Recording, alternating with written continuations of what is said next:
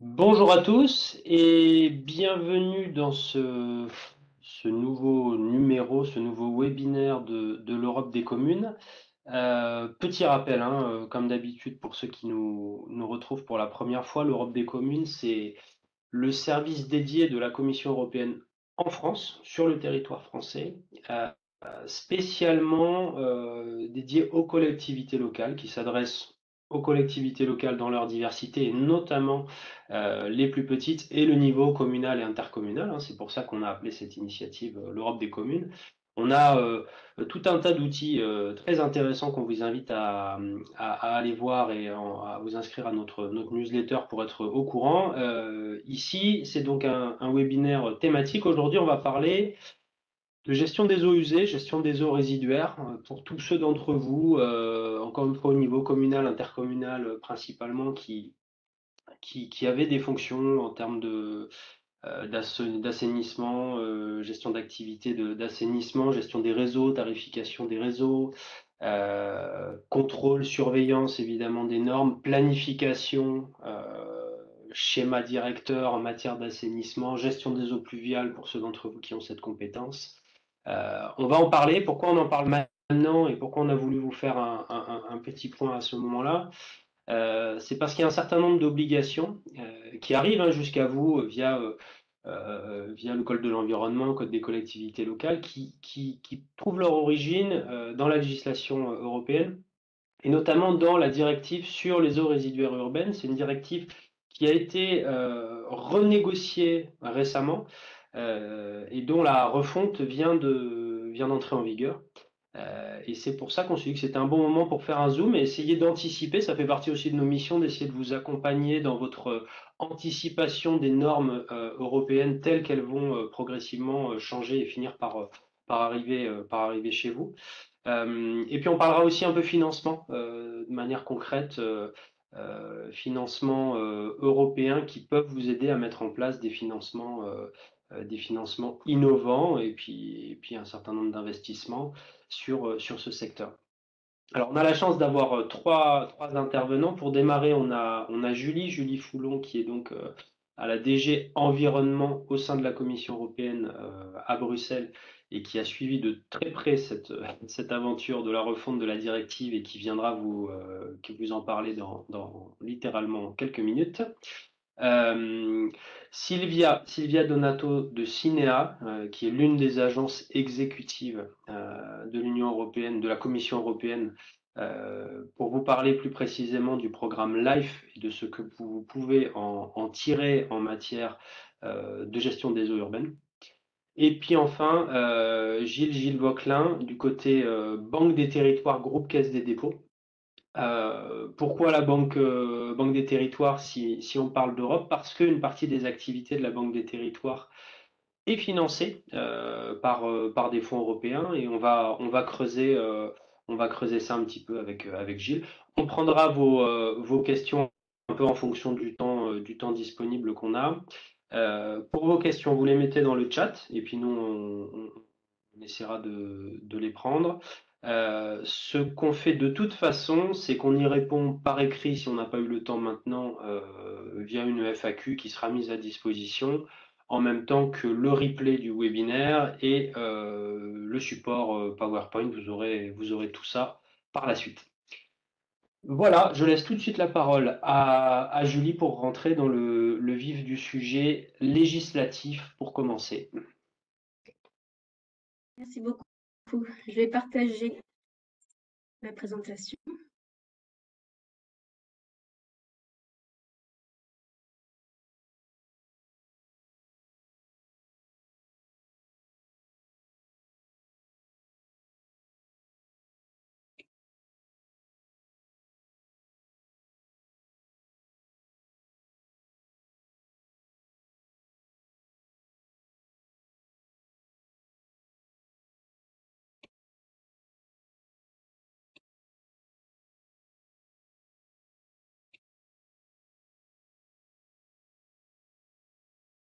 Est-ce que vous la voyez? Pas encore.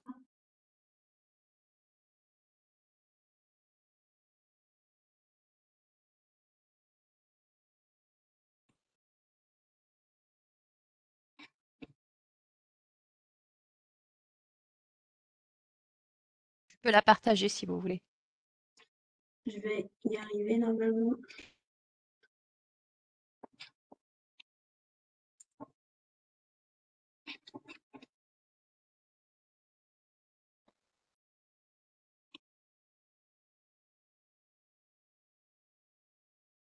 Et maintenant? Très bien.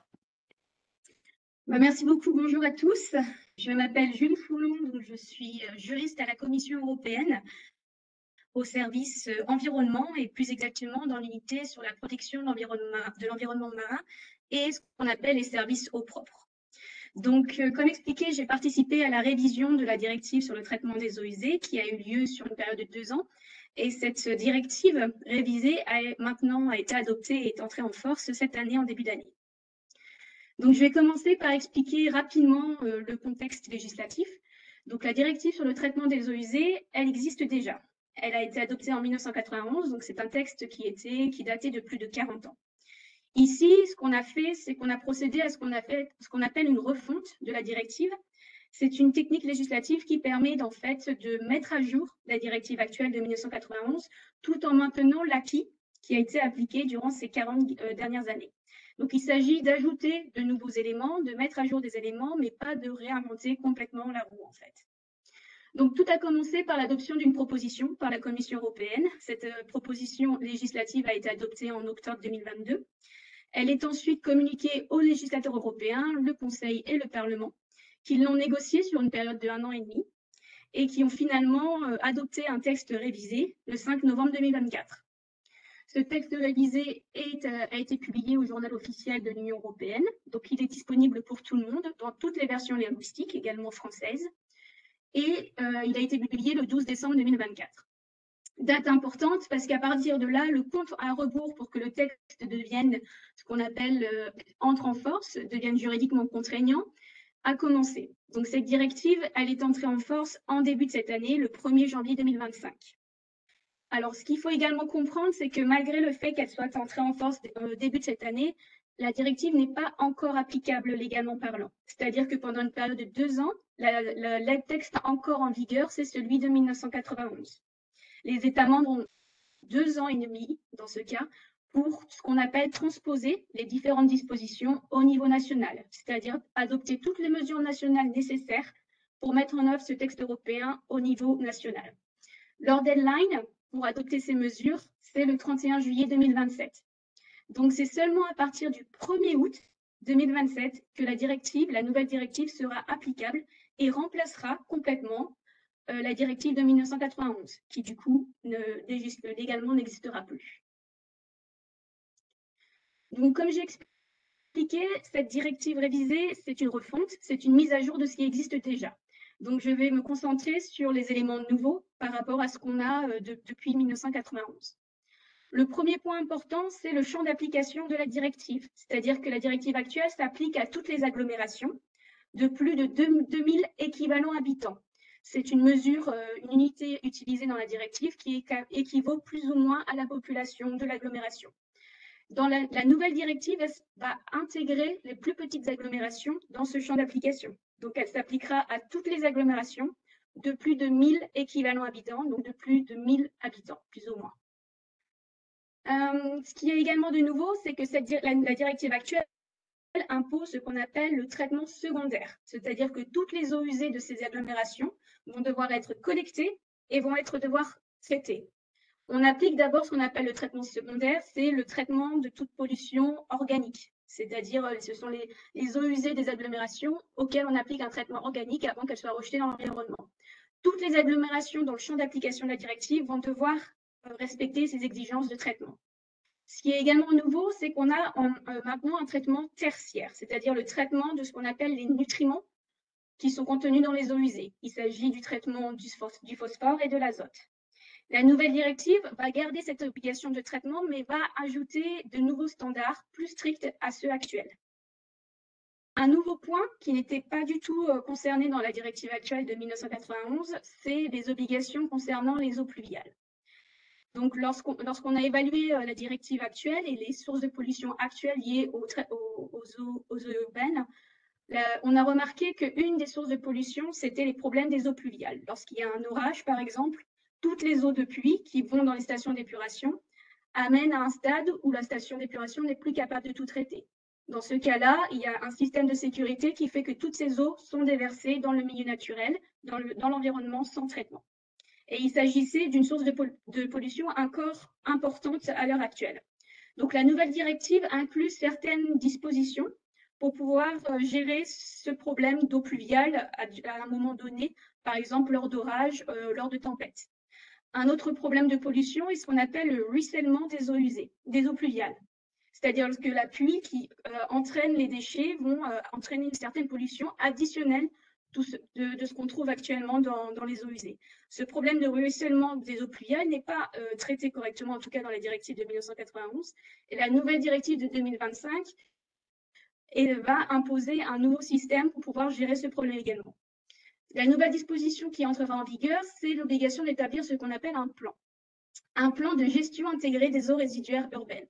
Donc, ça sera au niveau de l'agglomération et les agglomérations vont devoir développer un certain plan pour pouvoir identifier quels sont les problèmes liés aux eaux pluviales, aux eaux de ruissellement et pouvoir trouver des solutions. La directive propose certaines de ces solutions. Dans l'annexe 5, on voit qu'il y a certaines mesures qui sont proposées et qui peuvent être considérées à l'échelle de l'agglomération. Ce sont des mesures préventives, par exemple avoir des surfaces moins imperméables, plus d'espaces verts.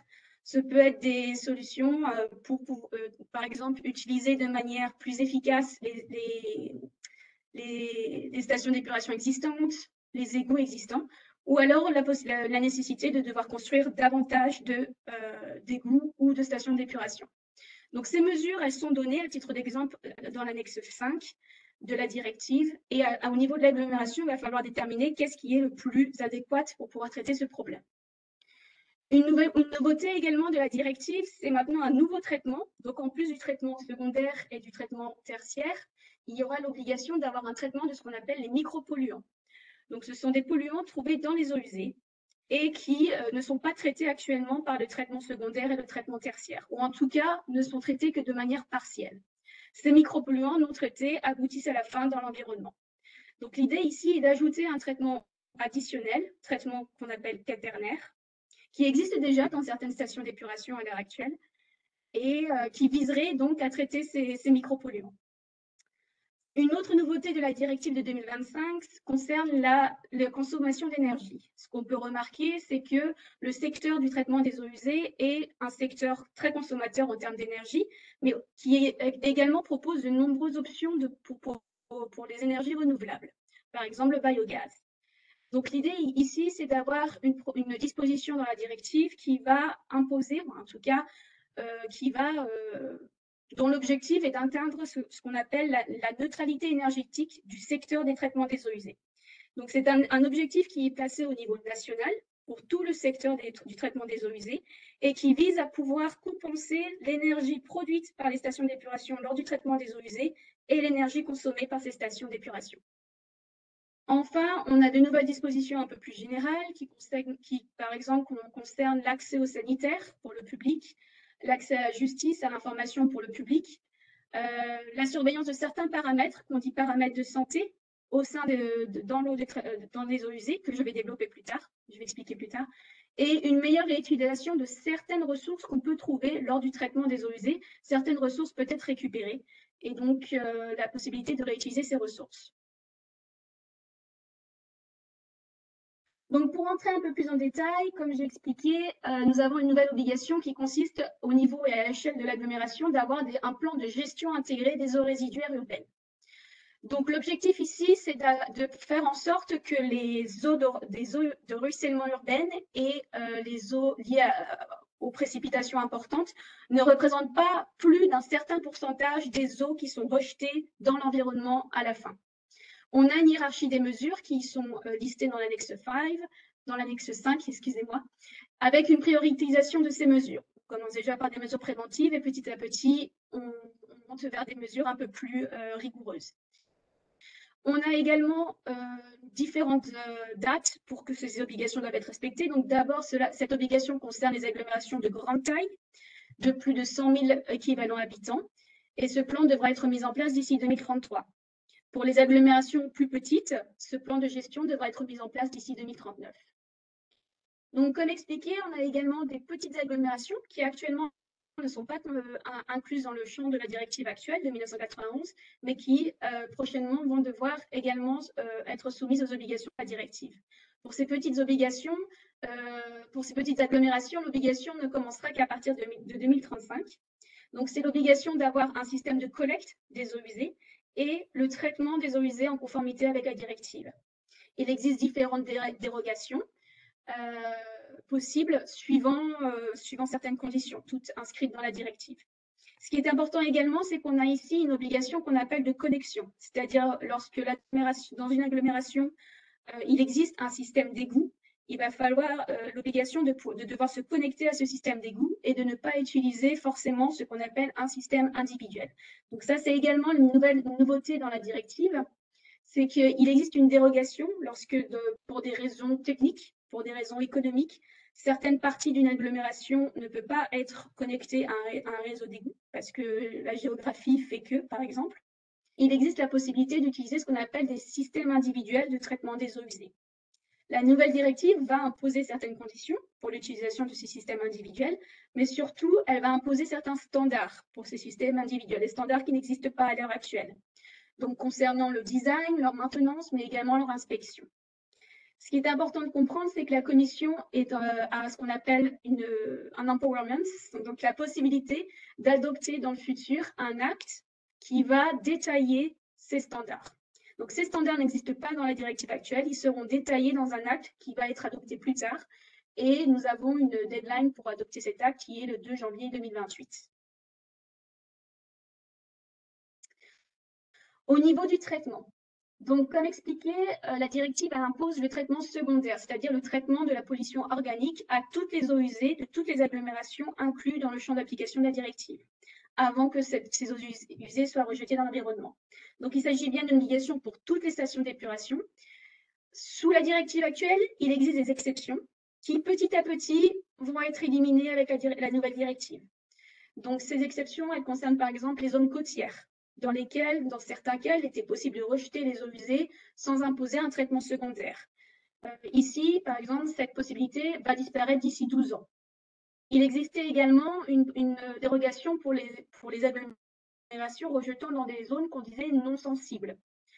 Ici aussi, cette possibilité, cette dérogation va disparaître d'ici 12 ans. Et enfin, on a d'autres dérogations pour des situations spécifiques pour lesquelles le traitement secondaire ne sera pas imposé avant 20 ans. Il s'agit des agglomérations situées en haute montagne où le traitement biologique n'est pas forcément évident à mettre en place. Des régions au climat froid, également parce que le traitement biologique peut être compliqué dans ces climats froids. Donc, il s'agit surtout ici des États membres tels que la Suède ou la Finlande, où en hiver, la température peut descendre très bas. Et enfin, des zones considérées eaux marines profondes. Comme vous pouvez voir dans le texte, il s'agit de zones où, lorsque les eaux sont rejetées dans la mer est considérée pouvoir diluer suffisamment, en tout cas, la pollution organique. Donc, ces possibilités, ces dérogations existent, mais elles vont disparaître au fur et à mesure d'ici 12 ans à 20 ans. Concernant le traitement tertiaire, donc le traitement des nutriments, la directive impose donc le traitement de ce qu'on appelle le nitrate et le phosphore avant que les eaux usées soient rejetées dans l'environnement. Ce traitement existe déjà sous la directive actuelle, mais la nouvelle directive va imposer des standards un peu plus stricts dans certains cas. Ce traitement va devenir obligatoire pour toutes les stations d'épuration de plus de 150 000 équivalents habitants, et ce d'ici 2039. Pour les plus petites agglomérations, ce traitement ne sera obligatoire que lorsque les agglomérations rejettent dans une zone qui est dite sensible, c'est-à-dire une zone qui souffre d'eutrophisation, où le traitement des nutriments est requis. C'est également la même philosophie qui a été adoptée pour le nouveau traitement, le traitement quaternaire, donc le traitement des micropolluants, qui sera obligatoire pour toutes les stations desservant de grandes agglomérations, donc de plus de 150 000 habitants. Et ce traitement sera également obligatoire, le traitement des micropolluants, d'ici 2039. Et pour les plus petites agglomérations, ce sera également sur la base d'une évaluation des risques. Donc, le traitement pour les agglomérations de 10 000 habitants et plus ne sera imposé que pour les agglomérations rejetant des micropolluants dans les zones dites à risque. Ces zones dites à risque, c'est par exemple des zones où de l'eau potable est prélevée. C'est par exemple des zones où qualifiées d'eau de baignade ou alors sujettes à aquaculture. Donc la directive, elle impose une sorte des objectifs intérimaires, c'est-à-dire que les obligations n'entrent pas en vigueur entièrement et pour toutes les agglomérations d'un seul coup.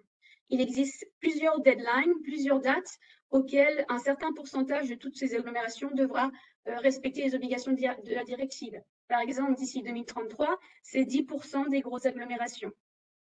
D'ici 2039, ce sera 100%.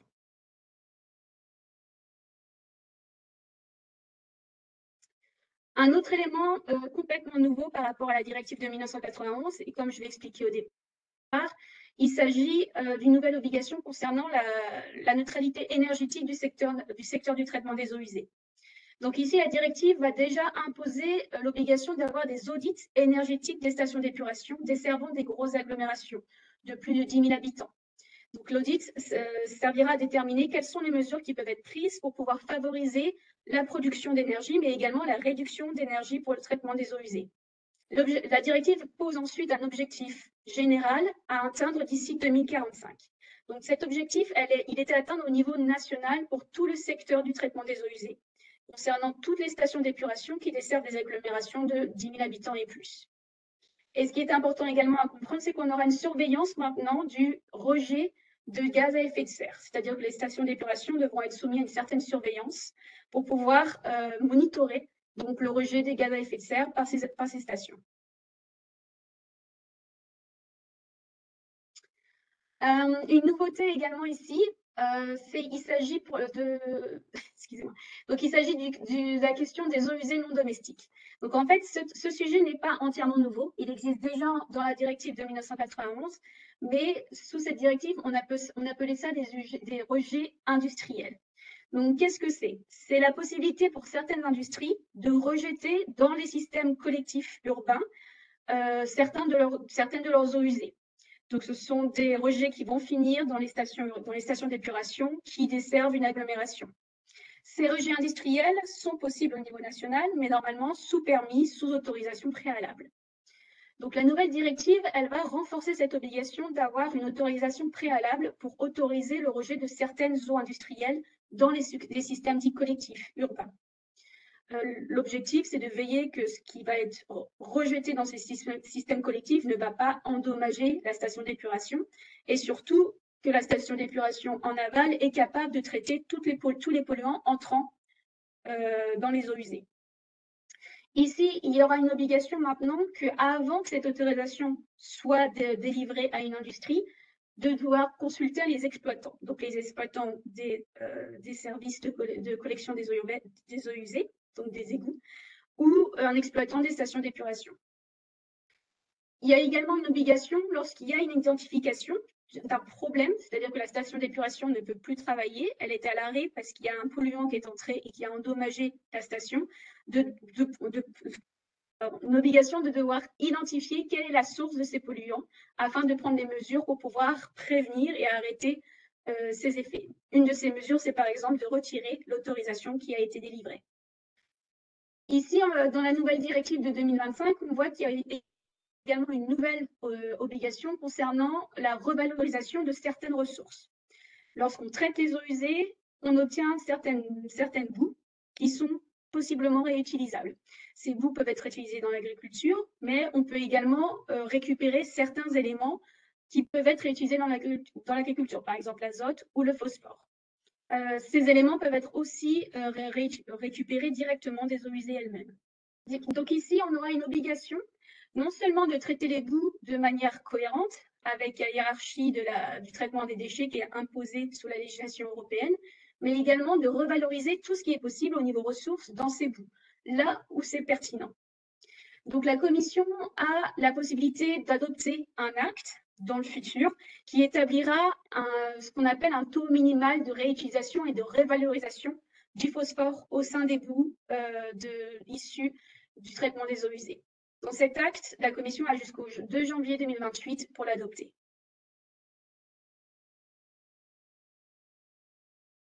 Donc ça, le sujet suivant est lié au traitement quaternaire. Donc la directive, la nouvelle directive, comme j'ai expliqué, impose un nouveau traitement, le traitement des micropolluants présents au niveau des eaux usées.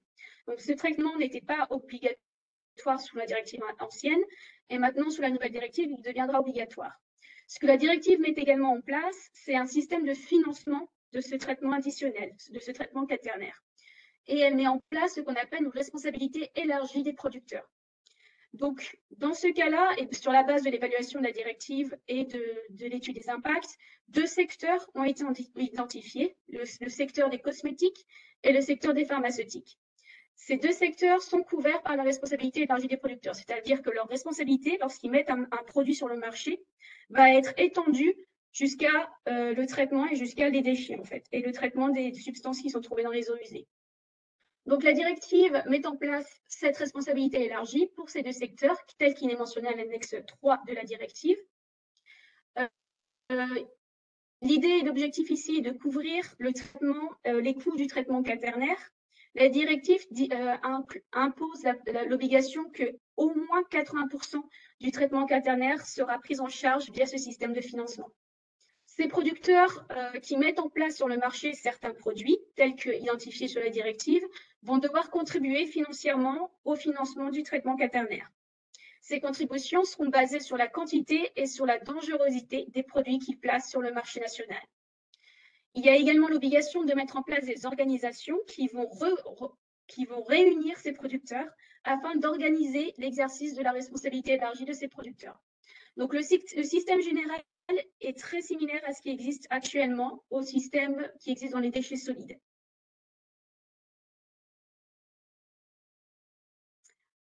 Finalement, donc, on a également ici de nouvelles dispositions concernant l'accès à la justice, l'indemnisation et les sanctions. Donc, la directive inclut une nouvelle provision concernant l'accès à la justice. C'est lié à la Convention Aarhus sur l'environnement. Donc, ici, les États membres vont devoir s'assurer que le public a accès à la justice lorsqu'il y a une violation de certaines obligations de la directive. En parallèle, ils doivent également veiller à ce que lorsque le public souffre d'un dommage à la santé humaine, que ce public ait accès à un dédommagement au niveau de la justice. Donc, c'est la provision sur l'indemnisation. Ce qui est important ici à retenir, c'est qu'il y a une obligation pour les ONG de pouvoir représenter les personnes au niveau national en justice. Il y a également une nouvelle provision concernant les sanctions. Donc, cette provision est assez standard dans toutes les législations européennes aujourd'hui. Il s'agit de l'obligation pour l'État membre de mettre en place certaines sanctions pour violation des dispositions de la directive. Donc, par exemple, lorsqu'il y a une violation d'une des obligations de la directive, il faut qu'il y ait une sanction inclue dans la législation nationale. Et cette sanction doit être proportionnée et doit prendre en compte les circonstances particulières de la violation en question. Donc, la directive établit également certaines nouvelles obligations concernant la gouvernance. Donc, au niveau de la transparence, on a des nouvelles obligations de donner l'accès à l'information au public sur le niveau de traitement. Donc, un citoyen vivant dans une agglomération devrait pouvoir accéder à certaines informations concernant le traitement, le niveau de traitement et la conformité du traitement des eaux usées dans cette agglomération. Dans la directive, identifie certains indicateurs dits de performance qui sont listés à l'annexe 6, et ce sont ces indicateurs qui devront être disponibles au public, que ce soit en ligne ou sur demande. Il y a également une nouvelle obligation concernant la santé. Donc, cette obligation, elle est également nouvelle. Elle est issue de l'expérience qu'on a eue avec les récentes pandémies. Et il s'agit ici d'une obligation pour les États membres d'établir au niveau national une coopération entre certaines autorités, les autorités compétentes au niveau de la santé et les autorités compétentes au niveau du traitement des eaux usées. L'idée est que lorsqu'il y a une pandémie, il y a une obligation de surveiller au niveau des eaux usées certains paramètres dits de santé, tels que la présence de certains virus, tels que le Covid par exemple, ou ses variants. Donc, dans le passé, et avec l'expérience qu'on a eue durant la pandémie de Covid, il a été possible de pouvoir voir et de prédire à l'avance, avec quelques semaines d'avance, lorsqu'une pandémie allait apparaître. Et l'idée ici est de pouvoir donc non seulement surveiller, mais aussi prévenir au maximum de possibles pandémies liées à la surveillance de certains paramètres dans les eaux usées.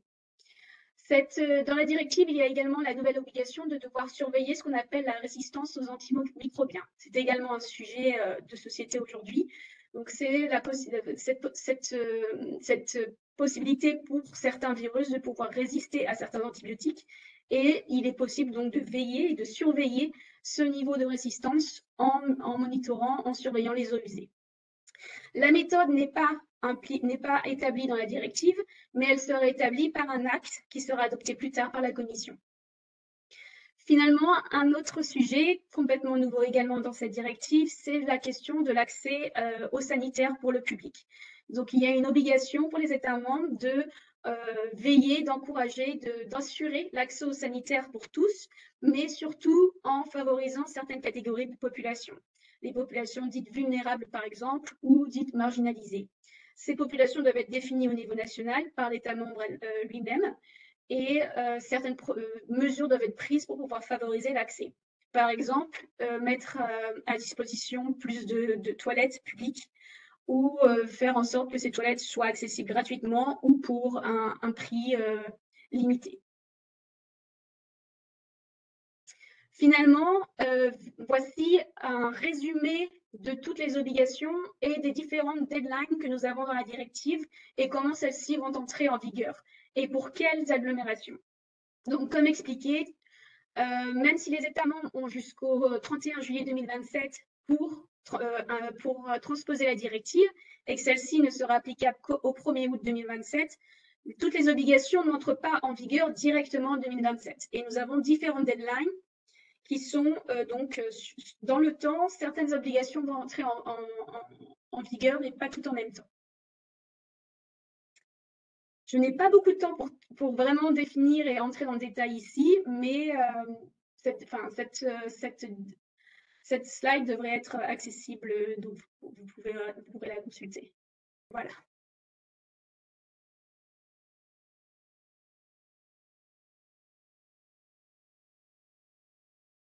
Merci beaucoup, Julie.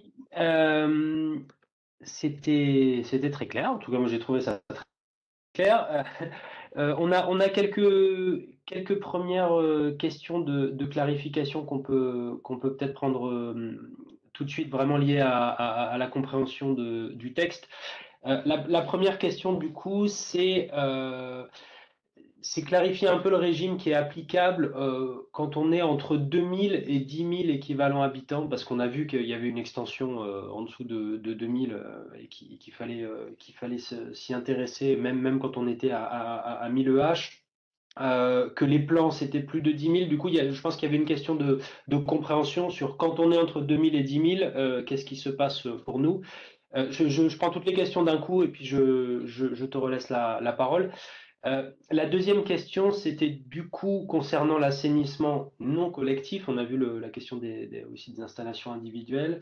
Est-ce que ça va donner lieu à une révision de la réglementation? Peut-être revenir un petit peu, j'imagine, sur cet article 4 et puis son délai avec l'acte d'exécution qui est prévu.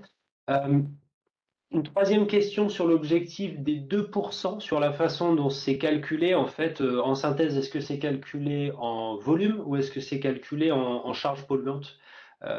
Donc une précision à cet égard.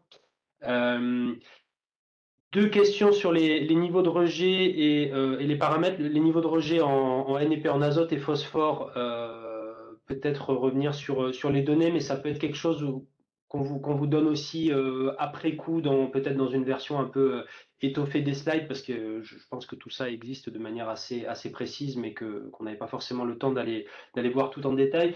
Une question un peu similaire sur les paramètres vraiment applicables pour le traitement quaternaire. Les chiffres et les seuils qui étaient applicables. Et une dernière question donc sur la partie audit énergétique, comprendre le périmètre. Est-ce qu'en gros on parle d'un audit station d'épuration? Est-ce qu'on parle d'un audit périmètre système avec évidemment tous les postes de refoulement et les pompes qui sont elles-mêmes très énergivores? Donc voilà, s'il y avait un petit peu de contexte sur le périmètre des audits. Et je pense que c'était tout pour les questions. D'accord, merci. Bon, je vais essayer de répondre aux questions une par une. Donc, sur ce qui est applicable aux agglomérations entre 2000 EH et 10 000 EH, donc en fait, le régime ressemble énormément au régime actuel. Donc, on a l'obligation d'imposer un traitement secondaire, donc un traitement de la pollution organique pour toutes ces agglomérations, quelle que soit leur taille, sachant qu'il y a certaines situations où on dispose un peu plus de temps, parce qu'elles bénéficient d'une dérogation sur la directive actuelle. Donc, c'est pour le temps de pouvoir établir toutes les infrastructures nécessaires pour le traitement des eaux usées. Pour le traitement tertiaire, il s'agit, donc le traitement tertiaire ne s'applique qu'aux agglomérations de plus de 10 000 EH, lorsqu'elles rejettent dans des zones dites sensibles, donc dites sensibles à l'eutrophisation. Donc, elles ne concernent pas ces agglomérations entre 2 000 et 10 000 EH. Et c'est la même chose pour le traitement quaternaire. Donc, entre les agglomérations entre 10 000 EH et 150 000 EH, l'obligation de traitement tertiaire et quaternaire se fait sur une évaluation des risques. Donc, s'il y a un risque pour l'eutrophisation, pour le traitement tertiaire, ou s'il s'agit d'un risque pour la santé humaine et l'environnement, pour le traitement quaternaire. Comme j'ai expliqué, il y a des zones pour lesquelles le risque est présumé. Il s'agit des zones où il y a abstraction d'eau potable, des zones dites de baignade, des zones utilisées pour l'aquaculture. Donc, j'espère que j'ai répondu à cette question. La question suivante concernait les systèmes individuels. Donc, cette possibilité existe déjà sous la directive actuelle, c'est-à-dire que là où il y a impossibilité pour des raisons techniques ou économiques d'avoir un système de collecte des eaux usées urbaines, il est possible d'utiliser un système individuel. Les conditions restent inchangées. Donc, d'un point de vue législatif, au niveau de la loi nationale, les conditions pour utiliser un système individuel ne devraient pas changer. Ça reste les mêmes entre la directive de 91 et la directive de 2025. Ce qui change, ce sont les standards, parce que nous n'avons en soi pas de standards. Les standards ne sont pas détaillés, en tout cas sur la directive de 1991. Donc, celle de 2025 vient donner la possibilité pour la Commission d'adopter un acte établissant certains standards concernant le design, les maintenances et les inspections. Donc, les inspections doivent être établies sur ce qu'on appelle un assessment des risques. Donc, cet acte sera adopté par la Commission plus tard et c'est un acte dit d'exécution, c'est-à-dire qu'il est adopté avec les États membres. Les États membres vont voter dessus. Il est adopté via ce qu'on appelle la comitologie. Concernant l'objectif de 2%, donc concernant le plan de gestion intégrée des eaux de ruissellement, donc cet objectif de 2%, il est mentionné à l'article, l'annexe 5. Il s'agit donc de ne pas, donc pour le calcul, tout est indiqué dans le paragraphe 2 et le point 1 de l'annexe 5. S'il y a des questions plus techniques sur comment le calculer, je vous demanderai de revenir vers moi par écrit. Je suis moi-même une juriste, donc si je ne voudrais pas dire quelque chose d'un point de vue technique qui ne soit pas complètement précis. Donc si le texte légal n'est pas assez clair, revenez vers moi par écrit. Il n'y a pas de problème. Concernant les standards pour le traitement de l'azote et du phosphore, donc cette obligation existe déjà sous la directive actuelle. Ce que va venir faire la nouvelle directive, c'est renforcer certains standards. Ils sont détaillés au tableau 2 dans la nouvelle directive de 2025. Et ces standards ne seront pas applicables dès 2028. Et l'applicabilité de ces standards va être progressive. Donc petit à petit, ces standards plus stricts vont s'appliquer d'abord aux grosses agglomérations et ensuite aux plus petites. Et la première deadline est 2033. Donc voilà. Concernant le traitement quaternaire et le standard applicable pour ce traitement, donc ici, ce qui est visé, c'est 80% de minimum de réduction entre ce qui entre dans la station d'épuration au niveau des micropolluants et ce qui en ressort. Donc, il y a une liste d'indicateurs qui sont mentionnés dans l'annexe de la directive au tableau 3 avec les méthodes de calcul. Sur cette base, il faudra vérifier au niveau de la station d'épuration si ces 80% minimum de réduction s'appliquent. Finalement, concernant les audits énergétiques, je crois que je n'ai pas tout à fait compris la question, donc il faudra peut-être revenir vers moi à l'écrit pour être sûr que je comprenne tout. Voilà, merci. J'étais en mute. On prendra celle-là par écrit et on reviendra vers le participant avec le détail sur le périmètre de l'audit. Merci beaucoup. On va avancer sur la deuxième séquence. Je me tourne du coup vers Sylvia pour nous parler un petit peu de Life et comment vous pouvez essayer de vous saisir de Life pour vos projets innovants en matière d'assainissement, gestion des eaux usées. Sylvia. Merci. J'essaye tout d'abord de partager ma présentation. Voilà. Est-ce qu'elle est visible? Oui. Parfait. J'essaierai d'être rapide car je suis consciente que les temps passent vite. Donc, en fait, comme vous venez de dire, les programmes LIFE offrent des opportunités pour la mise en œuvre de la directive à niveau local, national. Pour ceux qui ne connaissent pas les programmes, je vais juste donner quelques mots introductifs pour expliquer qu'est-ce que c'est. En fait, c'est un programme qui existe depuis longtemps. C'est de 1992 en fait. Et au début, c'était l'acronyme en fait vient du français, l'instrument financier pour l'environnement. Aujourd'hui, il est connu plutôt comme le programme pour l'environnement et l'action pour le climat.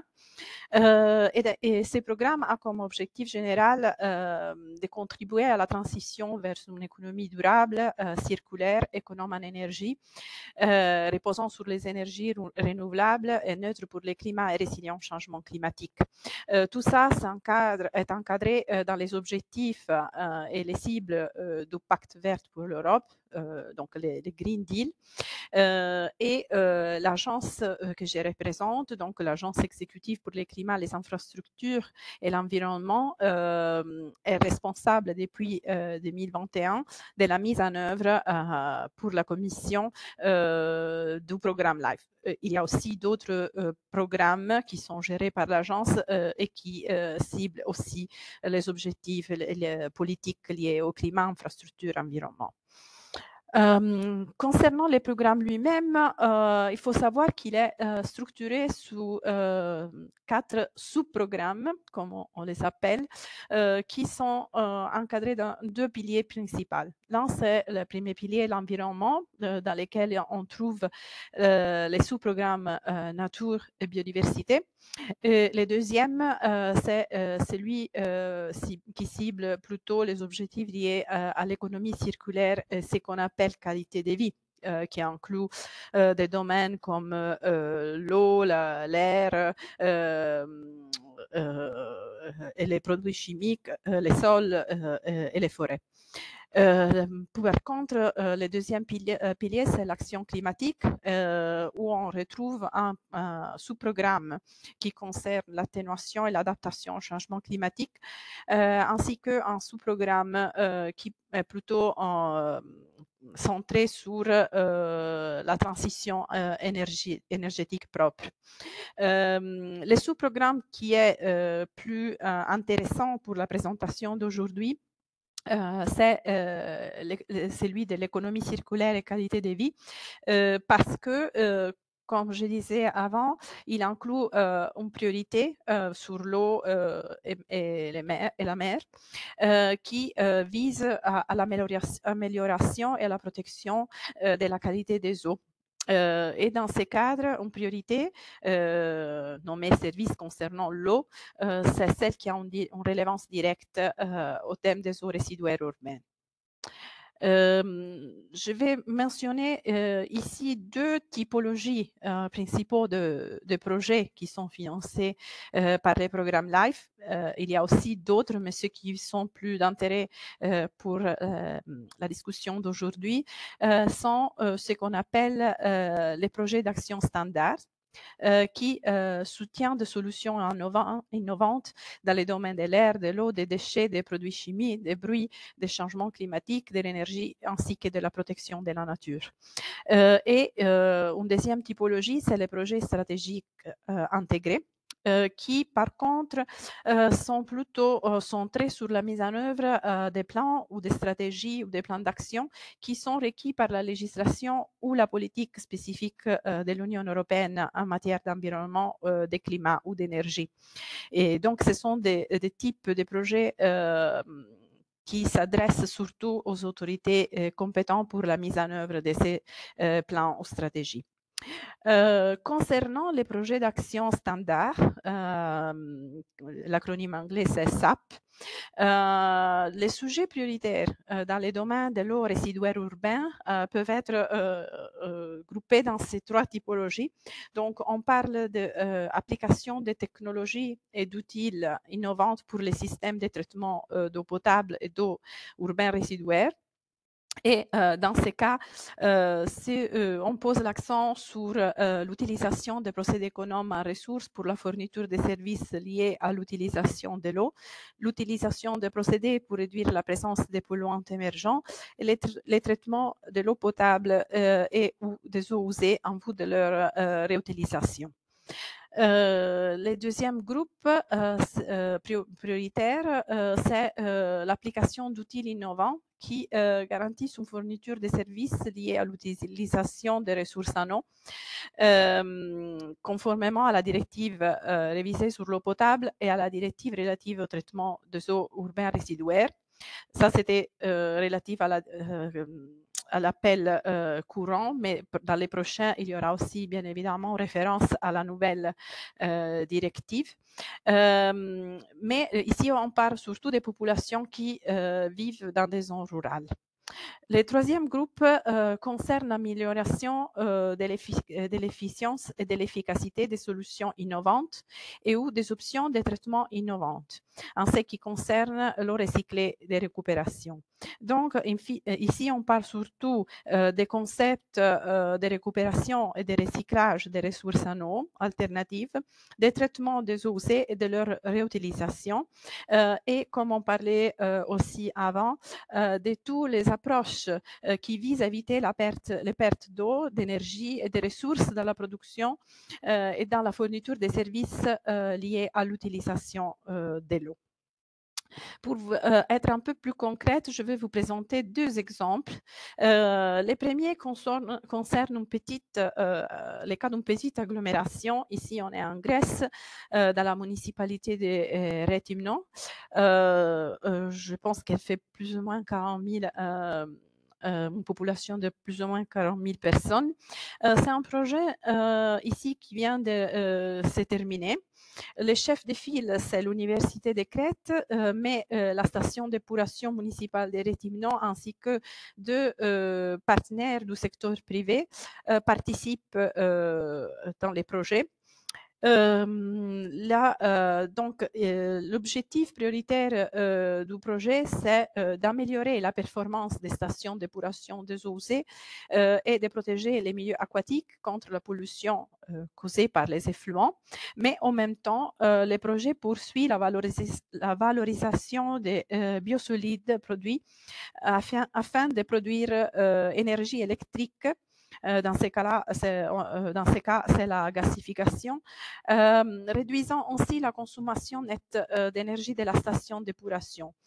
Donc, on parlait avant de la neutralité énergétique du secteur, et donc ces projets, c'est un exemple de comment on peut promouvoir des technologies innovantes qui puissent permettre de rejoindre cet objectif.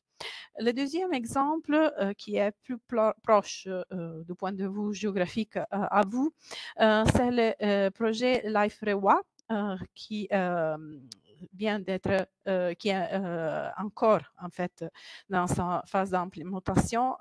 C'est un projet qui a lieu à Montpellier. Dans ces cas-là, les chefs de file, c'est la régie des eaux de Montpellier Méditerranée Métropole. Ces projets a deux objectifs. Le premier, c'est de créer et de mettre à disposition de l'eau recyclée produite à partir des eaux usées, traitée de qualité adaptée pour répondre à différents usages.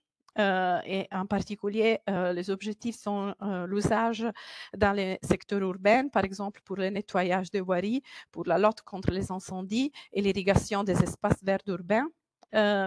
Aussi que dans des applications dans l'agriculture, par exemple pour l'irrigation de la vigne, l'irrigation des cultures productrices de biomasse d'énergie et dans les secteurs industriels. Deuxième objectif, c'est de démontrer la faisabilité technique, l'acceptabilité sociale, la disponibilité des usages et la soutenabilité économique de la réutilisation des eaux et du territoire.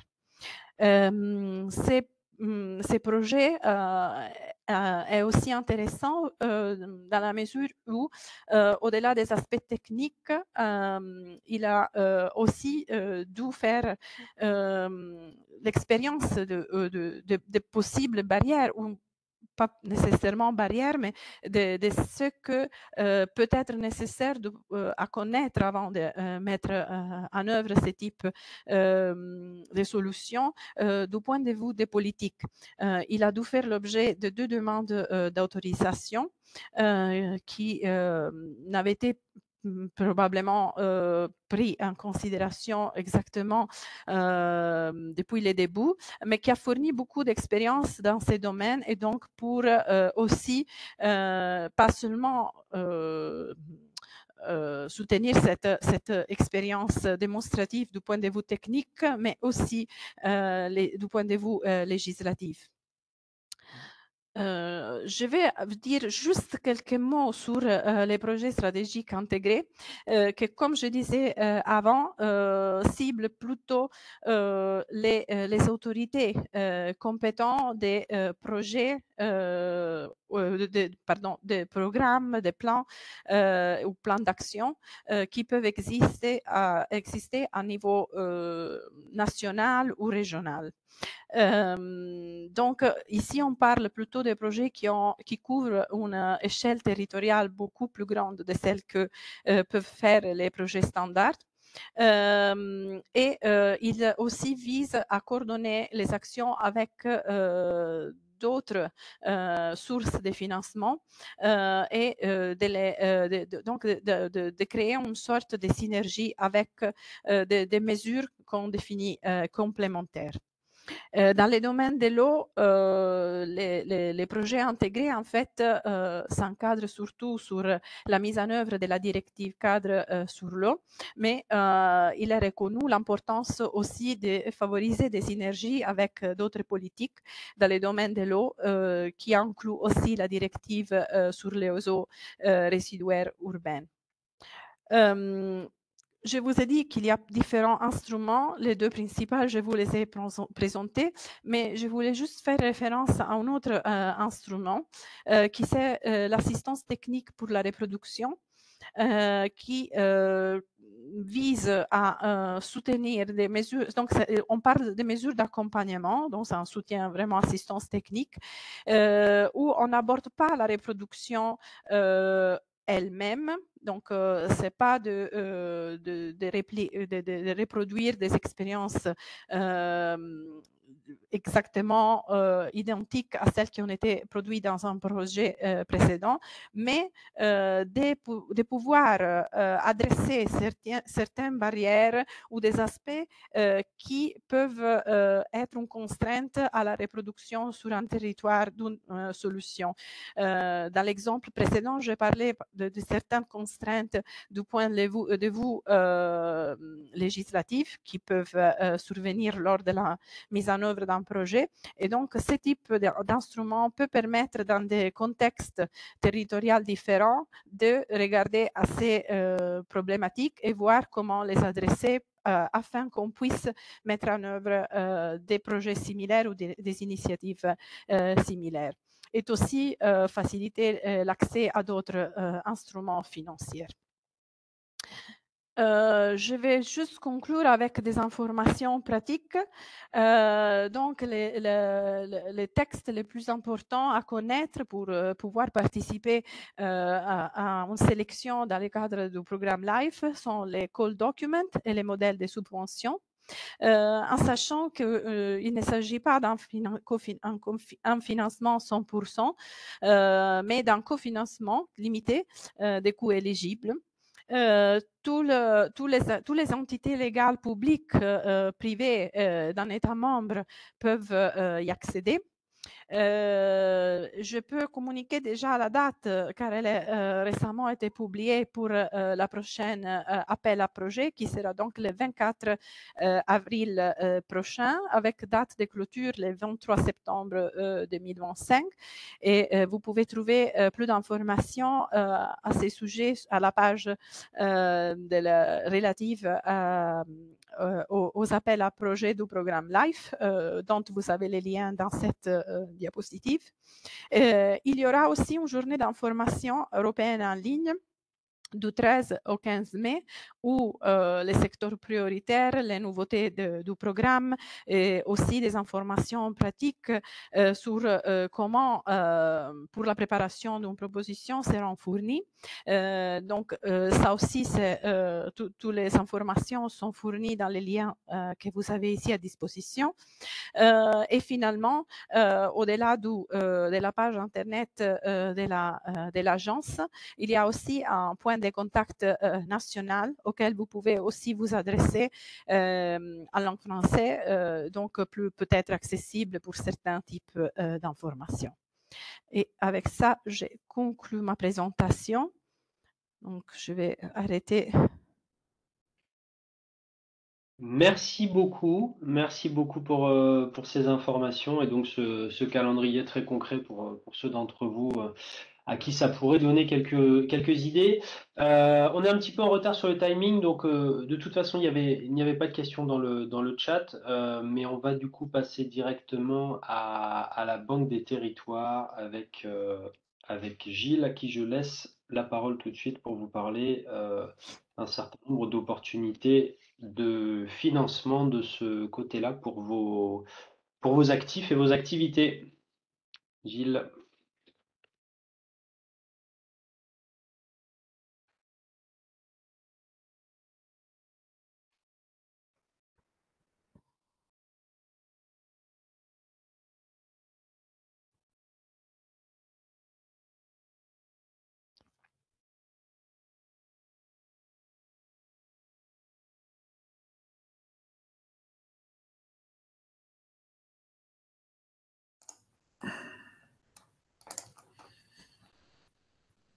Est-ce que vous m'entendez bien?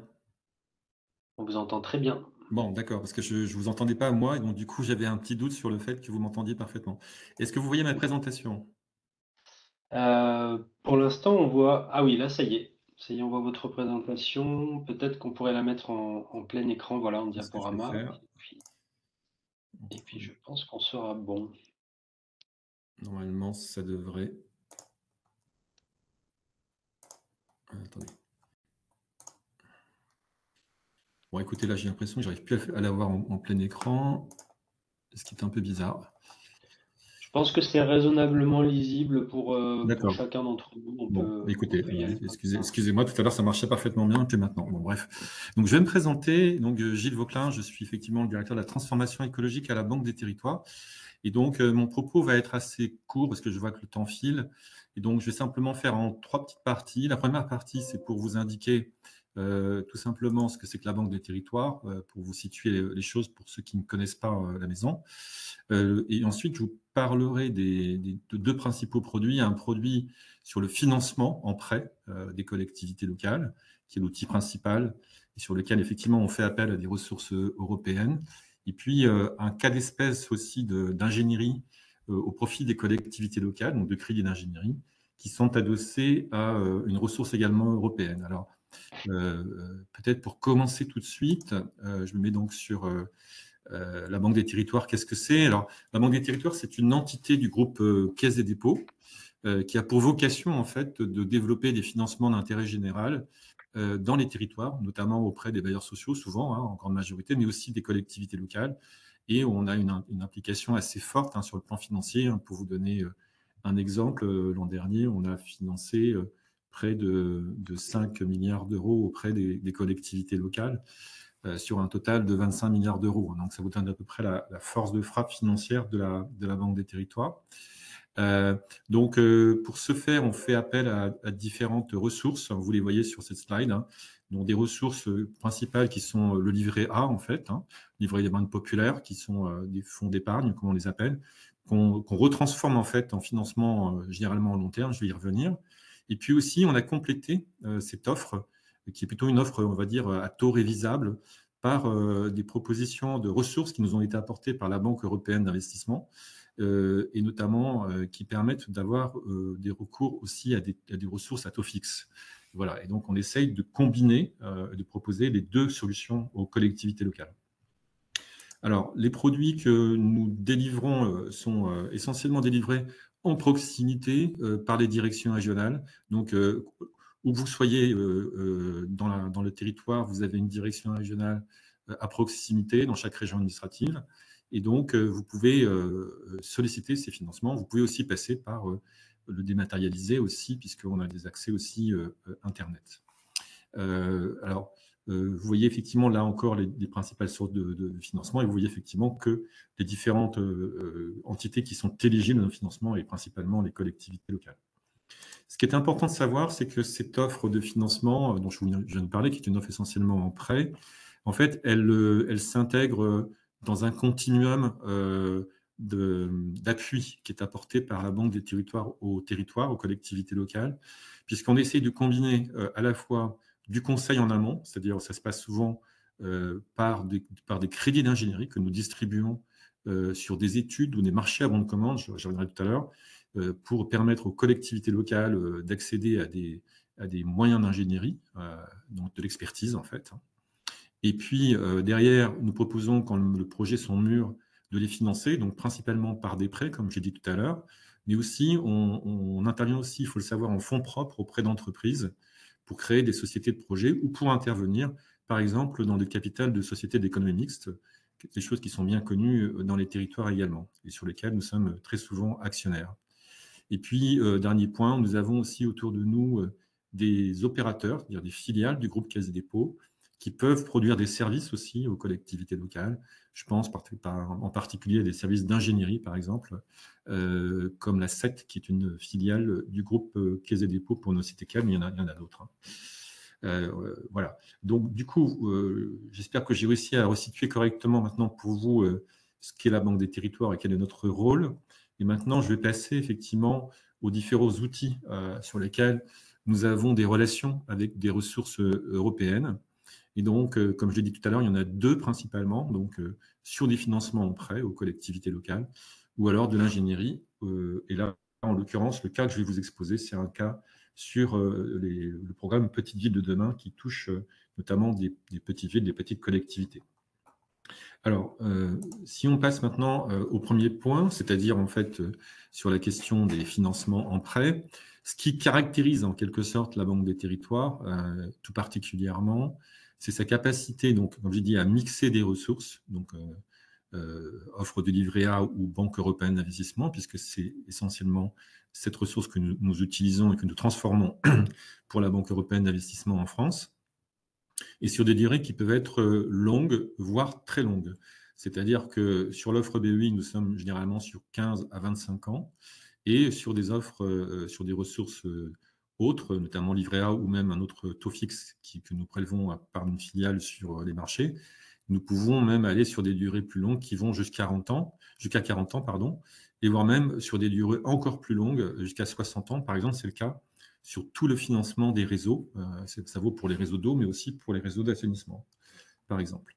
Donc voilà, ça c'est pour les ressources et les durées. En tarification, je vais revenir après sur le détail, mais ce qu'il faut que vous ayez en tête surtout, c'est que nos principes, comme nous avons des missions d'intérêt général, établissement public, nous avons pour vocation de proposer des produits qui sont les mêmes, quelle que soit la taille en fait des collectivités locales. C'est-à-dire que les caractéristiques de prêt ne vont pas être modulées en fonction de la taille et de la nature de la collectivité locale. Nous allons proposer exactement les mêmes conditions et nous allons simplement vérifier que nous avons effectivement des conditions évidemment de stabilité, de sécurité financière lorsqu'on instruit les projets. Mais en dehors de ces critères de capacité financière, nous n'avons pas de discrimination. Juste une petite incise pour vous donner quelques chiffres effectivement sur nos ressources. Donc, sur les ressources BEI, généralement, nous avons des enveloppes renouvelables avec la Banque européenne d'investissement qui sont de l'ordre de 500 millions qui sont renouvelées généralement tous les 2 à 3 ans, ce qui nous permet d'alimenter notre ressource. Et puis là, ce que je vous montre, ce sont les ressources du livret A, livret d'épargne populaire, livret de développement durable, qui sont les 3 principaux livrets utilisés, qui sont centralisés pour 60% environ à la Caisse des dépôts, Banque des territoires, et qui sont donc ces 60% réutilisés pour financer les prêts que nous distribuons. Et vous voyez effectivement que nous avons des encours de prêts qui sont maintenant très importants en cumul. On voit qu'il y avait à peu près une vingtaine de milliards en stock sur les collectivités locales, mais maintenant ça a augmenté, ces chiffres ont déjà évolué. Maintenant, je vais passer à la question de l'eau, puisqu'on en a parlé depuis tout à l'heure. D'ailleurs, merci aux interventions précédentes, parce que moi-même, j'ai appris pas mal de choses. Et donc, nous, effectivement, nous abordons la question du financement des infrastructures sur l'eau à travers un prêt qui s'appelle l'Aquaprêt, dont vous avez peut-être déjà entendu parler, qui est un financement avec des caractéristiques que j'ai commencé à vous exposer et qui s'adresse spécifiquement à tous les investissements sur l'eau.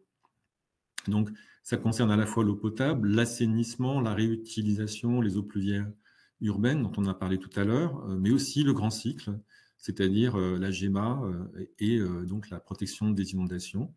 On s'adresse aussi d'ailleurs à des sujets d'irrigation, le cas échéant, dans des conditions bien encadrées.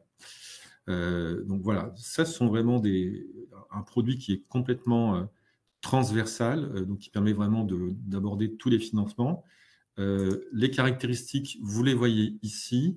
Donc là, je vous ai mis les caractéristiques qui sont à la fois celles que nous pratiquons à droite sur la ressource BEI et celles que nous pratiquons à gauche dans le cadre de nos financements sur fonds d'épargne.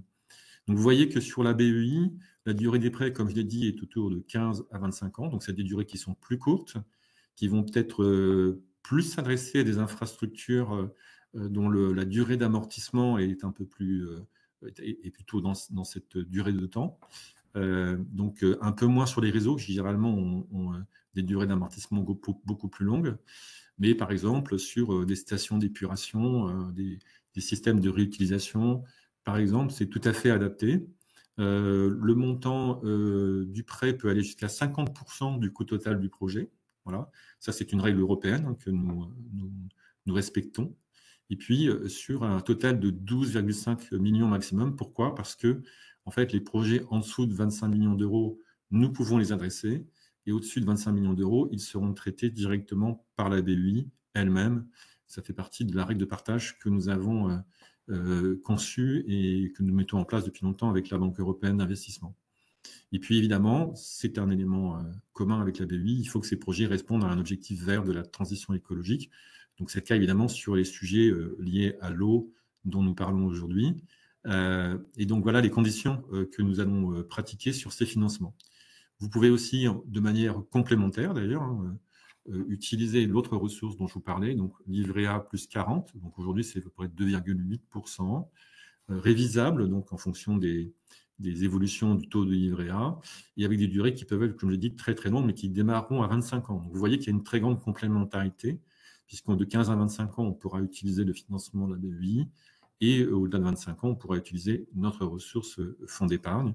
Et là, on peut aller jusqu'à un financement qui peut aller jusqu'à 100% du besoin. Je voulais vous donner une illustration de projets que nous avons financés sur cette ressource BEI, comme ça vous permettra de peut-être mieux toucher du doigt le type de projets qui sont éligibles. Donc, vous avez à gauche un projet qui a été porté par une petite commune, 130 habitants, en 2023. Et puis, donc, nous avons accordé 2 prêts. Un prêt sur la ressource BEI sur 25 ans, comme je disais à l'instant, et un prêt sur livret A sur une durée plus longue, et ce qui permettait effectivement de proposer une solution globale de financement pour un projet qui touchait à la fois un projet de création de réseaux d'assainissement et d'entretien, on va dire, de réinvestissement sur l'adduction d'eau potable. Donc, voilà, premier exemple. Deuxième exemple, une mise en conformité d'un système.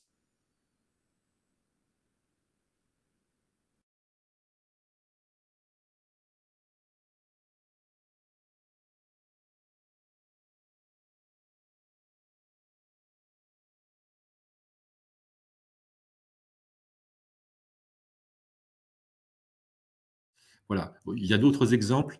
Généralement, on fait d'une année sur l'autre des nombres de projets qui peuvent varier assez fortement.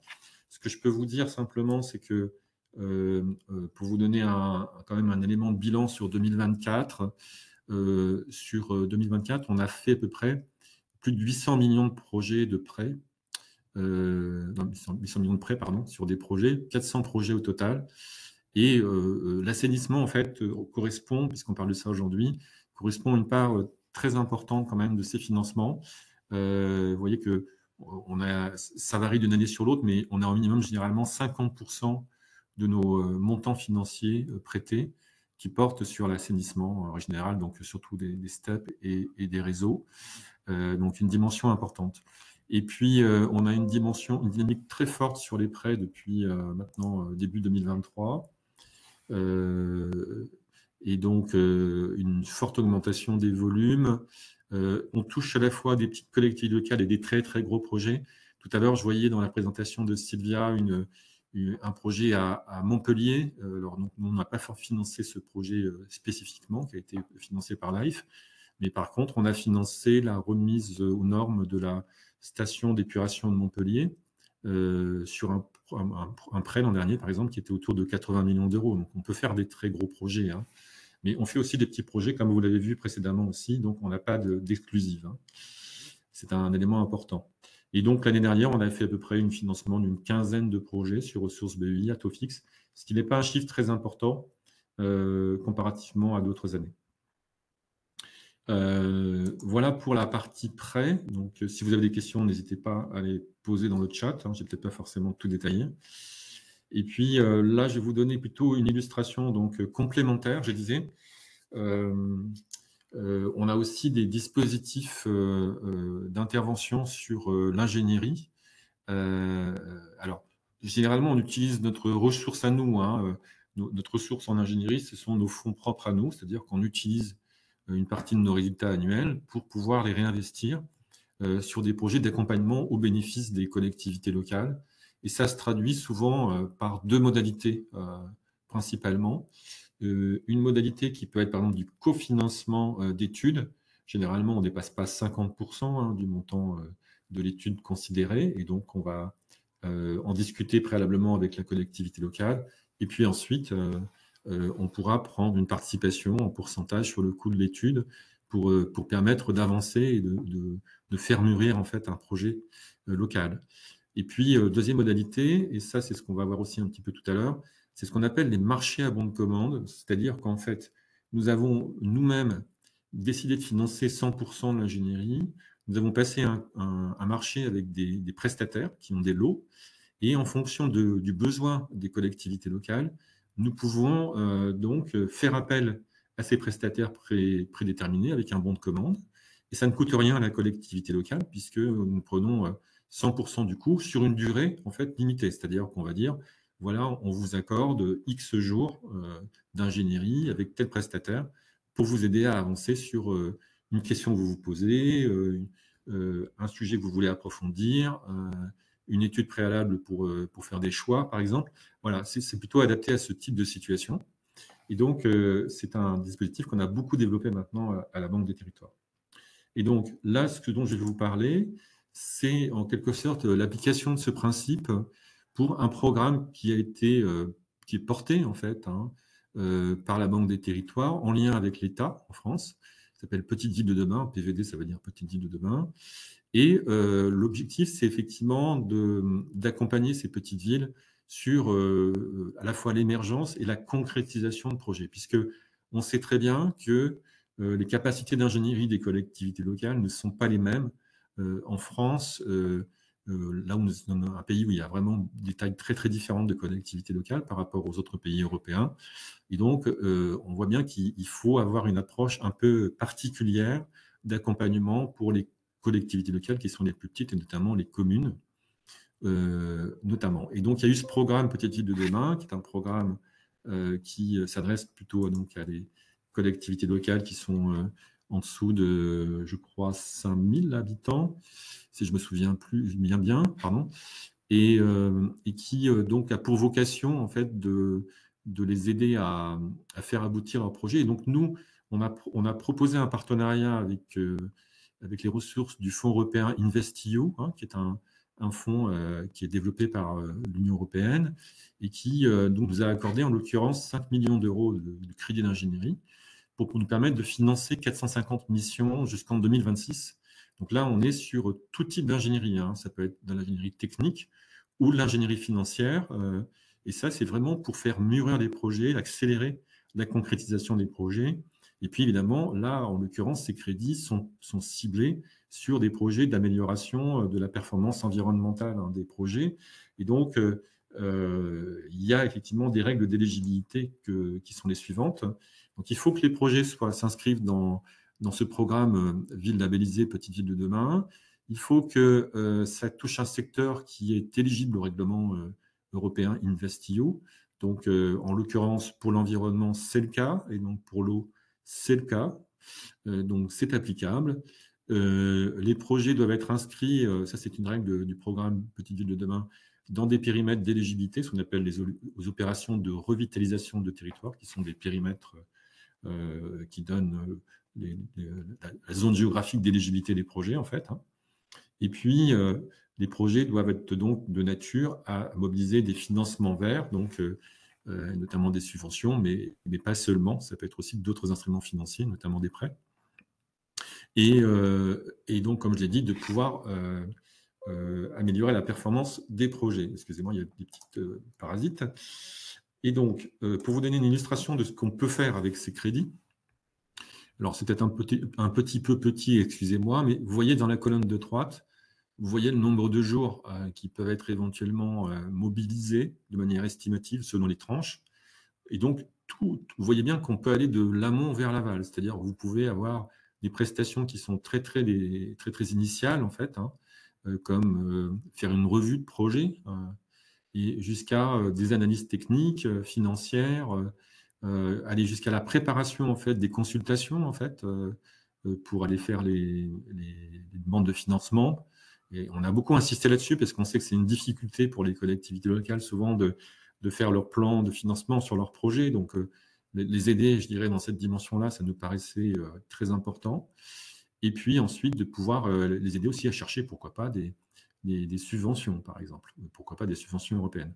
Et donc, voilà. Et donc, après, il peut y avoir des éléments aussi d'évaluation, de retour d'expérience. Donc, vous voyez, ce sont des choses qui sont très complètes, qui peuvent être prises un peu en fonction de là où vous en êtes. Pas obligé de faire tout. Vous en prenez un morceau en fonction de votre étape à franchir. Et ça vous permet vraiment d'avancer sur le sujet. Bon, voilà, ça c'est pour le Petite Ville de demain. Alors, si vous voulez vous adresser à cette offre financière, on a une plateforme qui est à votre disposition. Vous avez là le lien sur lequel vous pouvez déposer vos demandes. Donc, c'est dématérialisé. Et puis, donc, on va regarder si cette demande est bien éligible. Et puis, en fonction de l'avis que pourra nous donner aussi notre direction régionale au plan local, on vous accordera les jours d'ingénierie. Et ensuite, vous serez sollicité éventuellement pour associer nos correspondants en région pour pouvoir participer, le cas échéant, s'ils le souhaitent, au suivi de la mission. Voilà, grosso modo, ce que je peux vous dire sur le process. En conclusion, donc, en 2 mots, donc, vous avez pu voir effectivement une sorte d'aperçu en fait de ce qu'on peut faire en matière d'accompagnement en amont et ensuite de financement de projets. Ce que je voulais dire en conclusion, c'est que sur la question de l'eau et notamment de l'assainissement, nous, on a donc mis en place un programme spécifique à la Banque des Territoires sur la question de l'eau, puisqu'on voit bien les implications à la fois en termes d'investissement nécessaires pour les collectivités locales, d'une part, et aussi pour, je dirais, tous les enjeux qui sont liés avec le changement climatique à la ressource. Et donc, sachez que nous avons donc, nous cessons de renforcer en fait nos offres sur le sujet, et que vous avez aussi accès sur la question de l'eau à une plateforme qui vous apporte du contenu en termes d'expertise, de retour d'expérience de vos pairs, d'autres collectivités locales. Et puis, on va continuer à enrichir le contenu. Vous avez aussi accès à des offres de bureaux d'études. Vous avez un lien sur les aides, sur le portail Aide Territoire pour trouver les aides. Enfin bref, on vous a mis beaucoup de ressources. C'est un site qui s'appelle aquagir.fr, GIR. Et donc, ce site, je vous le recommande si vous êtes en train de travailler sur des sujets sur l'eau, puisqu'il vous apportera une porte d'entrée thématique extrêmement intéressante sur le thème de l'eau. Et nous sommes vraiment mobilisés à la Banque des Territoires sur cette question de l'eau, parce que on voit à quel point, ça a été dit tout à l'heure dans les présentations, hein, il y a des investissements croissants à réaliser, que ce soit pour la sobriété, que ce soit pour la qualité de l'eau. J'ai vu qu'il y avait une partie sur la directive qui pourra être prise en charge par la responsabilité élargie, mais on l'a vu aussi, il y a des projets qui devront être financés en augmentation de volume d'investissement dans les années à venir, avec probablement donc un système d'évolution du prix de l'eau derrière, hein, qui semble un peu inévitable. Et d'ailleurs, moi, ce que je voulais vous dire, c'est que le fait d'emprunter aussi sur ces infrastructures de l'eau, ça permet d'une certaine manière de faire les investissements en temps et en heure, se conformer aux réglementations, aux directives, et ça vous permet aussi de lisser, en fait, d'une certaine manière, le prix de l'eau, parce que la durée d'amortissement des prêts est très longue, et donc vous avez la possibilité, en fait, de pouvoir monter en régime sur les recettes que vous percevez dans vos services publics d'eau et d'assainissement, de manière progressive pour ajuster à l'effort d'investissement que tout le monde souligne en ce moment sur les questions de l'eau. Voilà ce que je voulais vous dire en conclusion. J'espère ne pas avoir été trop long. Et puis, je suis à votre disposition pour les questions. Merci beaucoup, Gilles. Pas de nouvelles questions en tant que telles, si ce n'est une question vraiment sur l'éligibilité au programme PVD+, le fait que ça s'adresse effectivement aux communes de moins de 20 000 habitants. On vous a mis des liens dans le chat un petit peu pour comprendre un peu mieux. Étant donné qu'on a pas mal dépassé et que de toute façon il n'y a plus de questions en suspens, je pense qu'on va s'arrêter là. On a conscience on va assez vite hein, sur toute cette matière assez riche. L'idée c'est quand même d'avoir voilà, un propos introductif sur le sujet qui vous donne quand même des billes pour creuser, mais vous avez derrière le temps avec ce replay, avec ces supports de présentation, de revenir sur les différents éléments et de creuser tout ça. On espère que ça vous a été utile. N'hésitez pas, vous avez un certain nombre de nos partenaires. Aide Territoire vient d'être mentionné par Gilles. Effectivement, c'est une très bonne plateforme pour ceux d'entre vous qui sont à la recherche de financement pour un bon aperçu à la fois au niveau national et au niveau européen. Et puis l'Europe des communes pour vous tenir au courant de nos diverses actions, sujets thématiques. Aujourd'hui, c'était les eaux usées, mais ce sera d'autres choses bientôt. Donc, tenez-vous au courant. N'hésitez pas à faire passer tout ça à vos collègues d'autres services aussi au sein de vos collectivités. Le prochain webinaire, effectivement, la semaine prochaine, le 18 mars, là, sur des questions plutôt de citoyenneté, des conseils très pratiques pour faire vivre l'Europe un peu dans vos collectivités, notamment en vue de mai prochain, qui est traditionnellement une période où on a un certain nombre d'actions pour rappeler un peu les valeurs de l'Europe. C'est pas totalement inutile actuellement dans vos territoires. On a une petite boîte à outils pour vous aider et vous donner quelques idées. Je remercie très chaleureusement nos invités, nos intervenants, Julie, Sylvia et Gilles pour leur disponibilité et leur clarté. Merci à tous, bonne fin d'après-midi et à bientôt.